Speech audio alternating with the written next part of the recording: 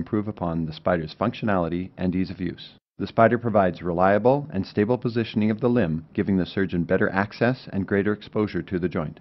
It can be used for all the same procedures as the original spider: beach chair shoulder, lateral shoulder, wrist, elbow, ankle, and knee procedures. A key feature of the spider is that it is manipulated intraoperatively by the surgeon in the sterile field. The surgeon is no longer dependent on having a non-sterile assistant available to reposition the limb to attain the perfect exposure, alignment, or orientation that is required. Tenet has made a number of improvements in the spider. We have taken feedback and suggestions from the surgeons and salespeople to create a better product.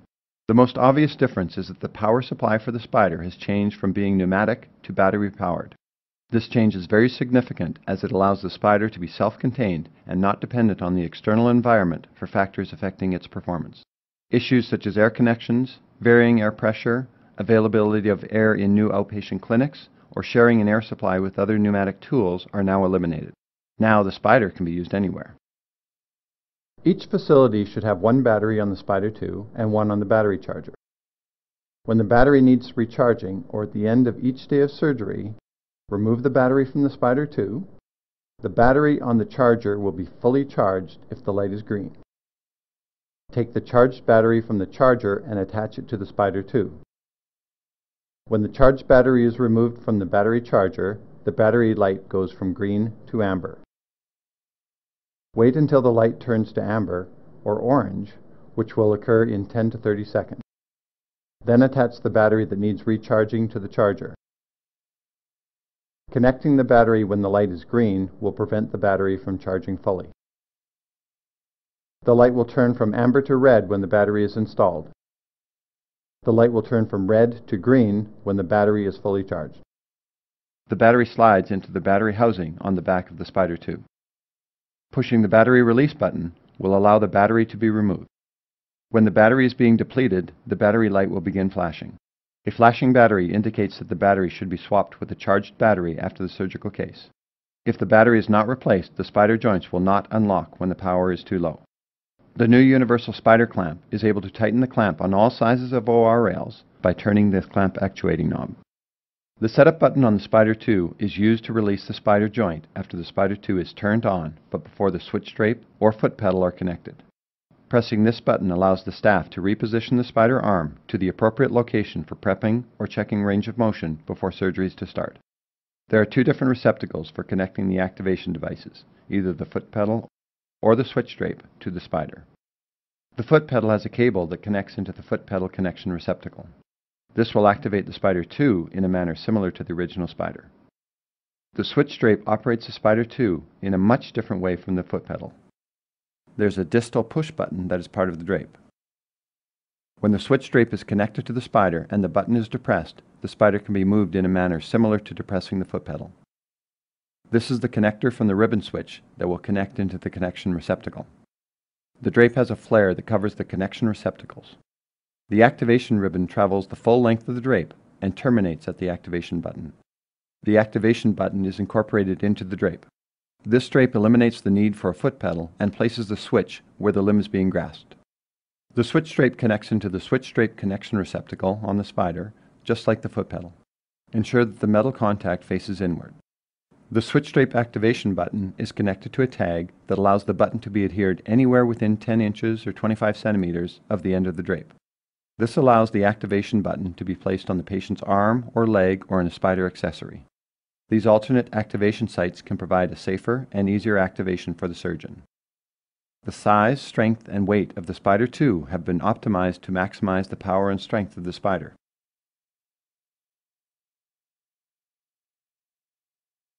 Upon receiving your SPIDER2, the first thing you should do is charge the battery. The batteries are not shipped with a full charge. Once charged, attach the battery to the SPIDER2. Turn the power switch to the on position. The spider will be activated and the joints will be locked. The on-off switch has 3 positions: on, off, depressurize, storage. When storing the spider between cases or after use, press the depressurize button to release the pressure from the components. The SPIDER2 has a single green indicator light. If the light is off or blinking, replace the battery with a charged battery. If the battery must be replaced during a surgical case, simply remove the battery and insert a new one. Do not attempt to move the spider during this time. The spider is designed to either attach to the rail of the OR table, the attachment rail on the back of the T-Max, or to the spider attachment rail. Open the SPIDER2 clamp by turning the clamp actuating knob counterclockwise so that the clamp opening is larger than the table rail. Place the clamp over the rail by placing the top jaw of the clamp on the rail and lowering the bottom jaw in place. Tighten the knob to lock the spider on the rail. The procedure is the same on both the back of the T-Max and the spider attachment rail.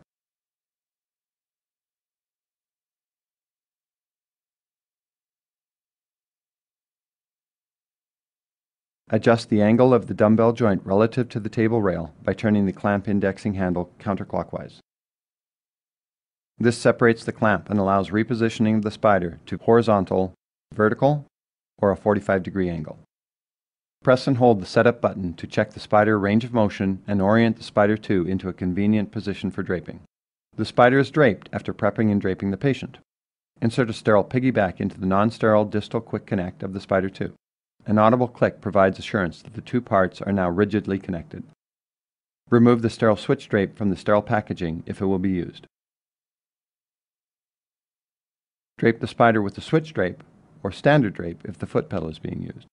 Ensure that the blue aperture or hole in the drape is pulled down over the piggyback so that the top surface of the piggyback is exposed.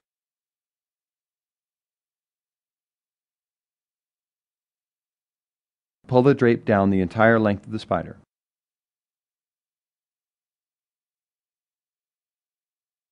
A non-sterile assistant connects the switch drape into the switch drape connector receptacle.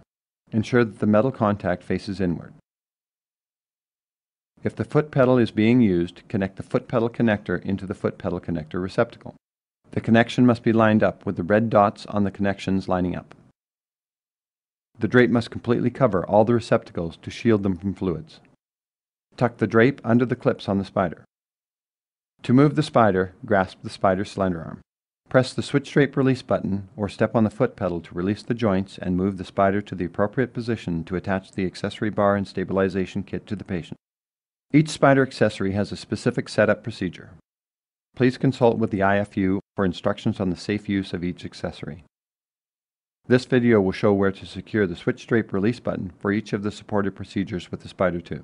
The switch drape release button is on an adhesive foam backing that can be removed and repositioned to any location anywhere within 10 inches or 25 centimeters of the end of the drape. For beach chair shoulder procedures, the spider is placed on the back of the T-Max beach chair or on the side of the OR table by the patient's knee. The switch drape release button is placed on the patient's forearm and secured in place with the last couple reps of the Coban. This then allows the surgeon to easily and quickly grasp the arm and move it to the desired positions without the need to find and step on the foot pedal. The arm can be positioned throughout the full range of motion, providing ideal positioning for both shoulder arthroplasty and shoulder arthroscopy. Keep in mind that the button should not be secured this way if you are planning on disconnecting during the case. For ankle arthroscopy, the spider is placed on the non-operative side of the OR table at approximately the calf level and oriented horizontally. The traction accessory and ankle arthroscopy accessory are connected into the piggyback. The switch drape activation button should be attached to the traction accessory right above the quick connect. Wrap the stainless steel surface with Coban and attach the activation button to the Coban. The sticky foam is difficult to remove post-surgically if it is adhered directly to the stainless steel. Remove the activation button from the drape and place it on the Coban wrap on the traction accessory. This allows the surgeon great access to the ankle with the ability to adjust traction and vary the amount of knee flexion and the vertical position of the ankle during the procedure. The surgeon grasps the traction accessory and presses the activation button with his or her thumb to move the leg. Traction can be adjusted intraoperatively. It is recommended that the spider activation button be placed on the distal cylinder of the spider's slender arm for all other procedures where the spider elbow joint is above the proximal joint. The drape is gathered around the distal cylinder and the foam backing is wrapped around the drape to secure it in place. Tape can be added to secure the position of the button. One arm grasps the slender arm and activates the button while the other arm guides the accessory. To set up the spider for a lateral shoulder procedure, the spider would be placed on the operative side of the OR table in the vertical position adjacent to the patient's distal thigh. Once the activation button is in place, the arm can be adjusted with one hand on the traction accessory and the other hand holding the slender arm and pressing the activation button.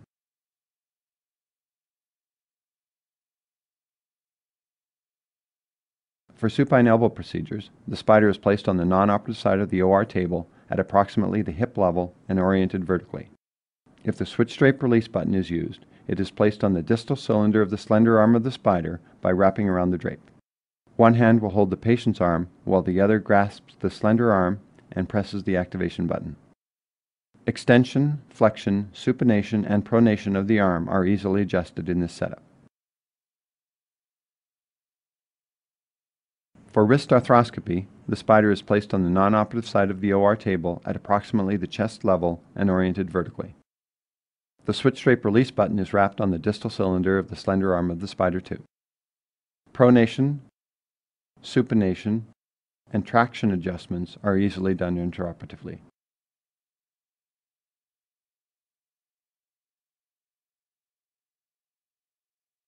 The spider is placed on the OR table proximal to the patient's hip in a horizontal orientation. There is a left leg accessory with a gold handle and a right leg accessory with a purple handle. The foam liner from the sterile leg stabilization kit is attached to the leg accessory by directing the back tab of the black plastic sole into the hole in the back of the leg accessory. It will snap into place when the sole is pushed down onto the leg accessory. After the 3D connector is inserted into the SPIDER2, Coban is wrapped around the bar. The switch drape activation button is then adhered over the Coban. The leg accessory is then attached to the 3D connector. Ensure the ball is oriented upward and the ball joint on the leg accessory is fully open. The handle of the leg accessory should always end up on the medial side of the leg. The ball joint is placed over the ball on the 3D connector and the rotation handle is turned to lock the boot on the ball. At this point, the operative leg is placed onto the foam on the leg accessory. Ensure that the leg accessory is in a position where the patient's leg can be flexed and the heel can be placed completely down into the boot to wrap the leg in place. Ensure that the foam completely protects the leg from the metal edges and wrap the leg into the leg accessory using the roll of Coban from the leg stabilization kit. The leg can now be repositioned simply by grasping the foot with one hand, pressing the activation button, and moving the SPIDER2 and leg to the desired position.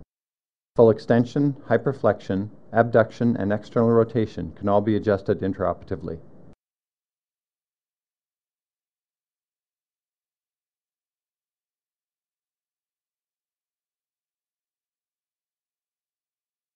Turn off and depressurize the SPIDER2 by disconnecting the foot pedal and the switch drape from the connector receptacles and pressing the power switch to the depressurized storage position for 1 second. Always turn off and depressurize the SPIDER2 when not in use. Failure to do so will reduce the life expectancy of the device. Place the SPIDER2 on the SPIDER2 cart when not in use and for transportation.